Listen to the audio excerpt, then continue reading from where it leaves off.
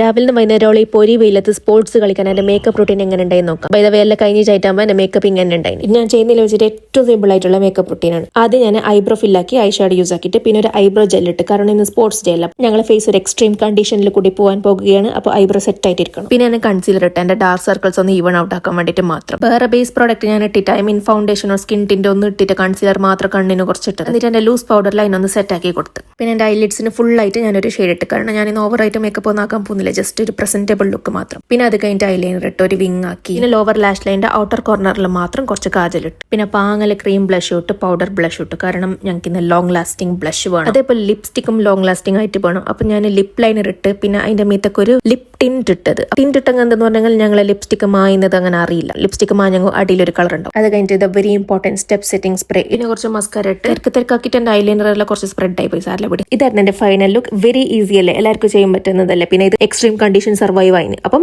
അടുത്ത വീഡിയോ കാണാം.